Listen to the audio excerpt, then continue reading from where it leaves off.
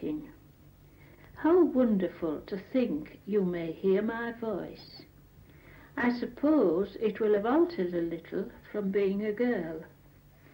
I think it is very nice of Stanley to think of collecting our speeches for you. You see, we have a few of the latest inventions at Thorganby. I also got filmed last year with Miss Sharper in the garden near Ritten. What a wonderful world we live in nowadays. Only there was love and peace as well. The newspapers tell a sorry tale of wars, wickedness and disasters, which of course we are warned about in the Word of God, until our dear Lord comes to reign and puts all enemies under his feet.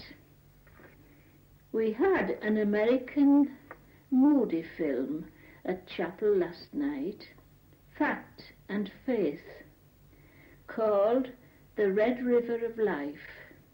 It was very interesting, showing how fearfully and wonderfully we are made. Len seems to be thinking what to say. He's been studying for a day or two. He seems to be going a long way into the past. Keeps laughing with his thoughts. Much love to you all. God bless you. May you all be burning and shining lights in this dark world for him.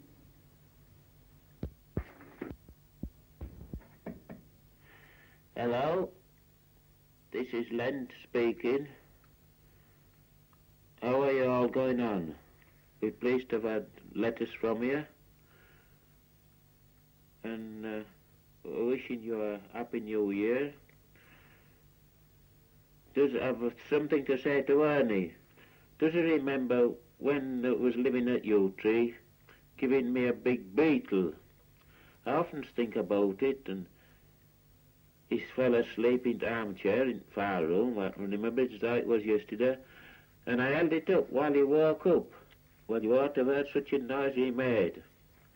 Poor Ernie, I laughed to this day about it. And does he remember about when they went fishing, leaving the big tin of maggots in the cart shed? And Maggie went round one day thinking they left some biscuits, opened the tin lid, and there was maggots running about. She says, "Oh, well, we're very pleased to hear from you any time, and hope someday we might be able to see you, but it's a long way across. I think we'll have to get your president to help to build a road across, then we'll come and see you." Well, I think there's a few more to come on, so cheerio. Hello, Ivie and Agness. This is Wilf.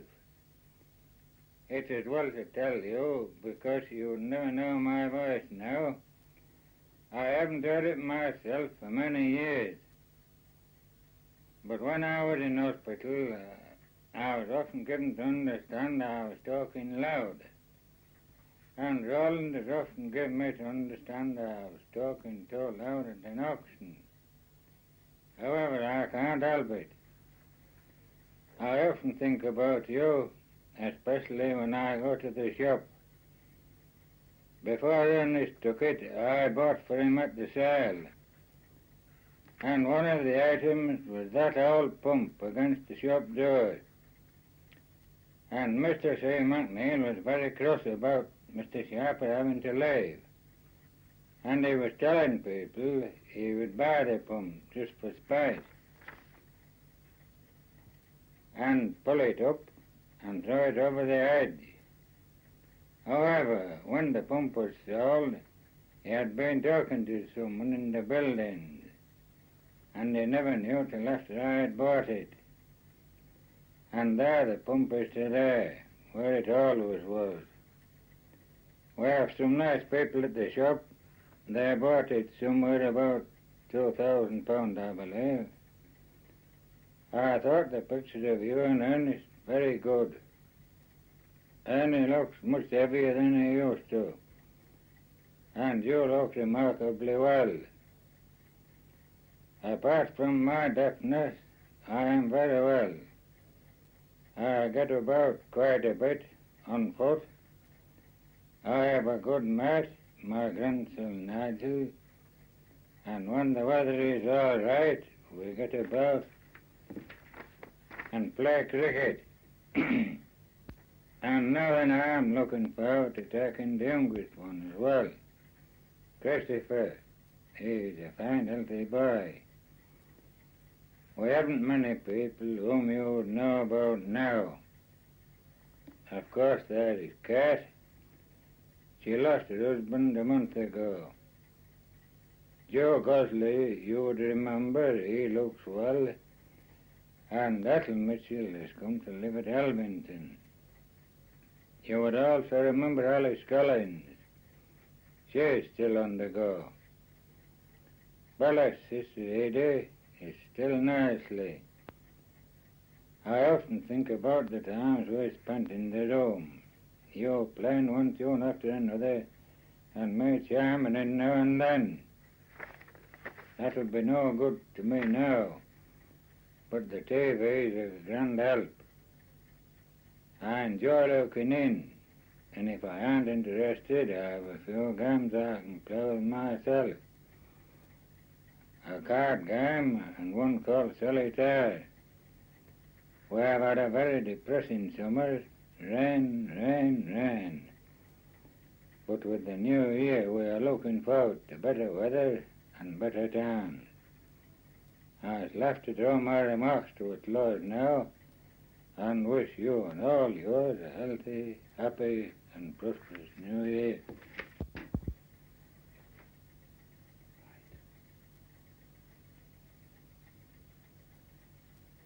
Hello, Edie, Ernie.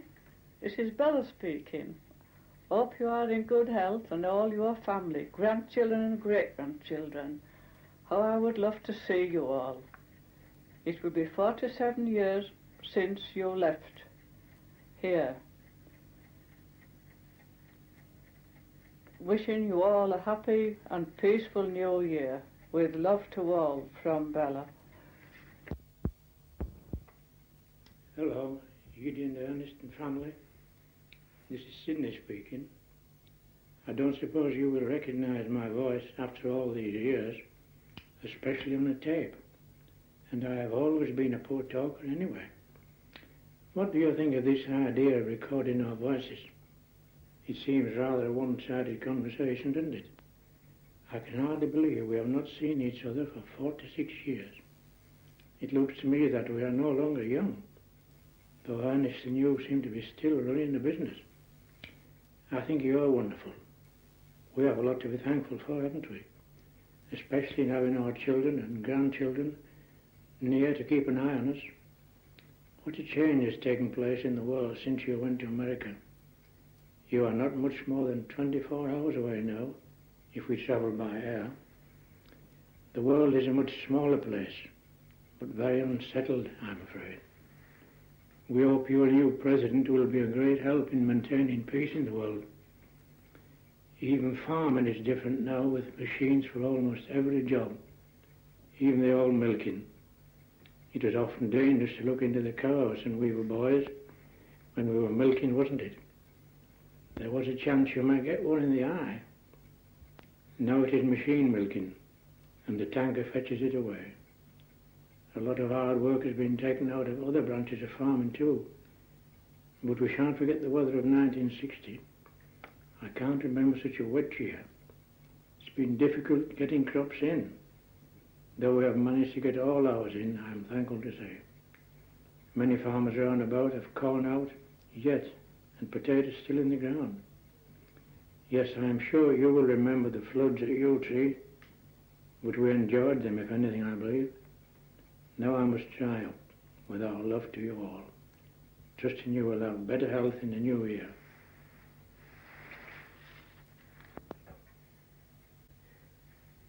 This is Ivie speaking.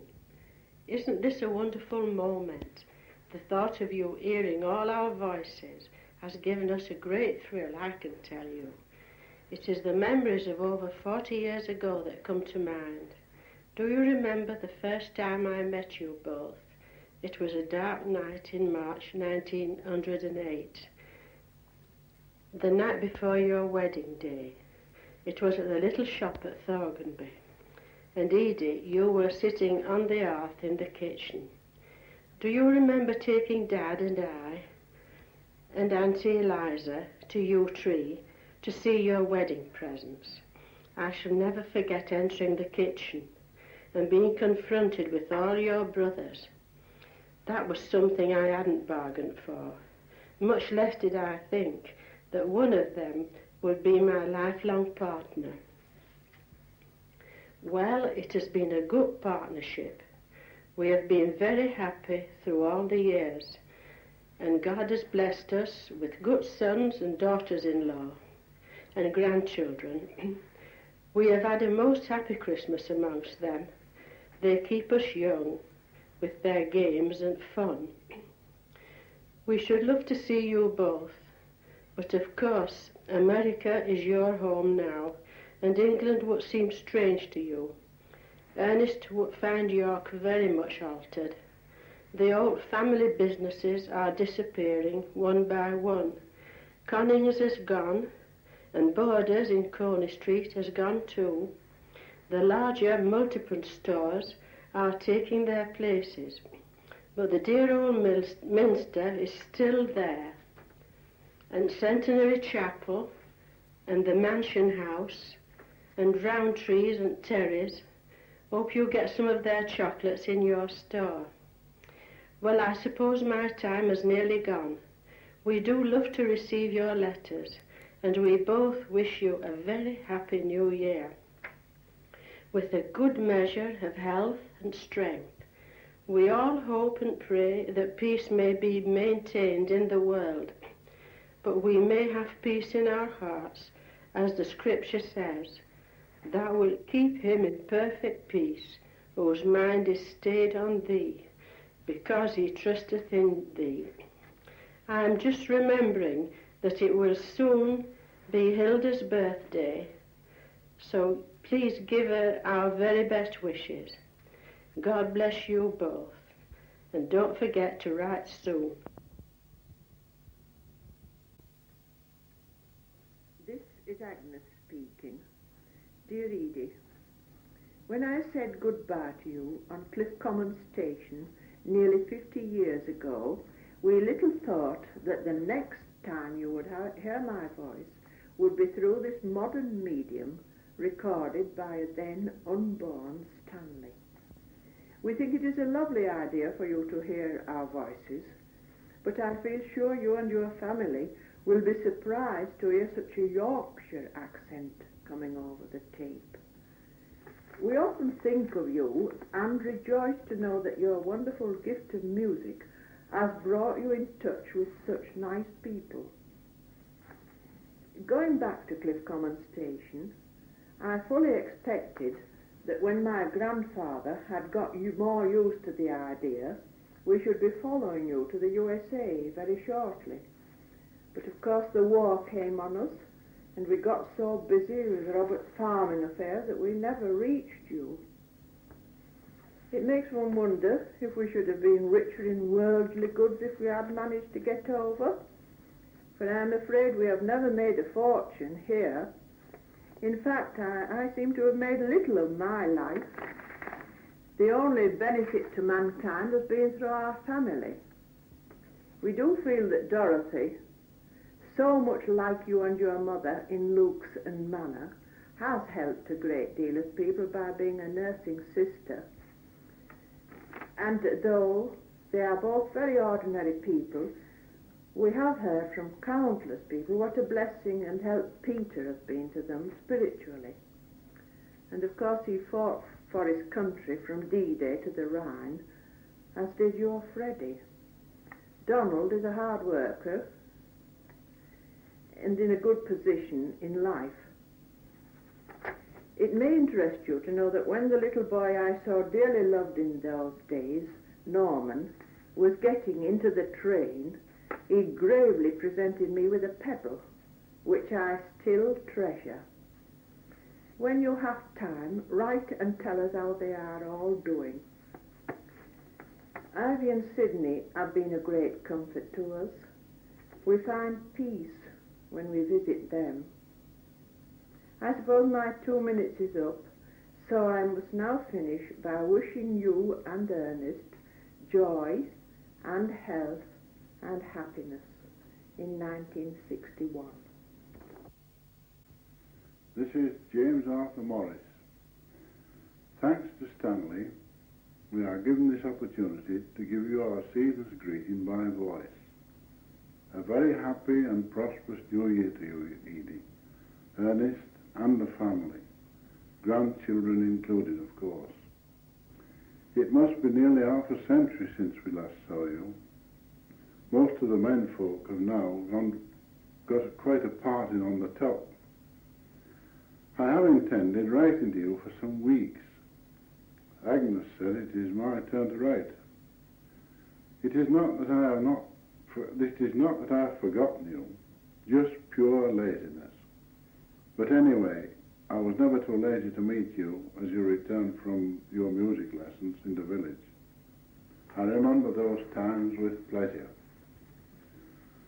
So now, wishing you much happiness, I still living hope that someday, some way, I shall meet you again, in person, and compare notes about our children, grandchildren.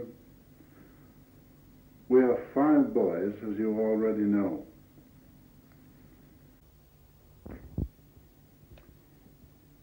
This is Herbie speaking. Well, Edie, how nice to be able to record a little message to you. It seems so long ago I saw you. I remember the days when you and Ernie had the little shop at Thorganby.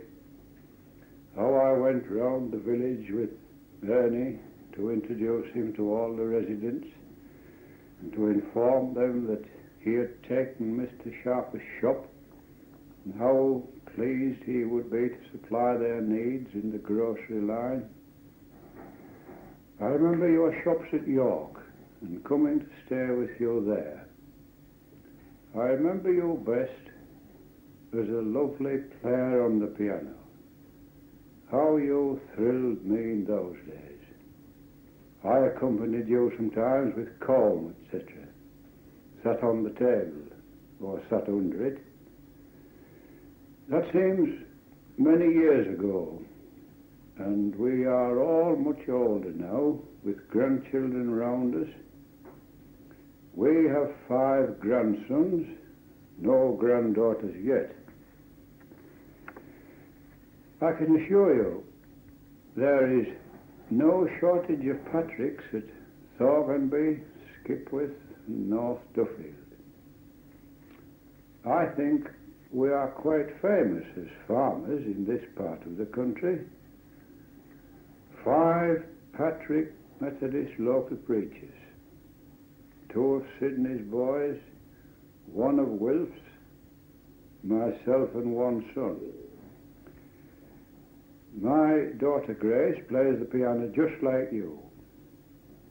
So you see, I am reminded of you occasionally. I would love to see your famous family, but we seem too far apart for that, don't we? Well, let us remember one another then in our prayers, and may the coming year be for us all another year of progress, another year of praise, another year of proving God's presence with us all our days. Love from Hilda and myself and all our family to you and yours. God bless you. Hello, Auntie Edie and Uncle Ernest. This is Stanley speaking. You've heard the messages from your brothers and sisters, and as we have some more room on the tape, we thought you would like to hear some singing from Thorganby Chapel, recorded by the Stillingfleet Singers. Uncle Herbie's daughter Grace is the organist. So on this note, we say goodbye and God bless you from England.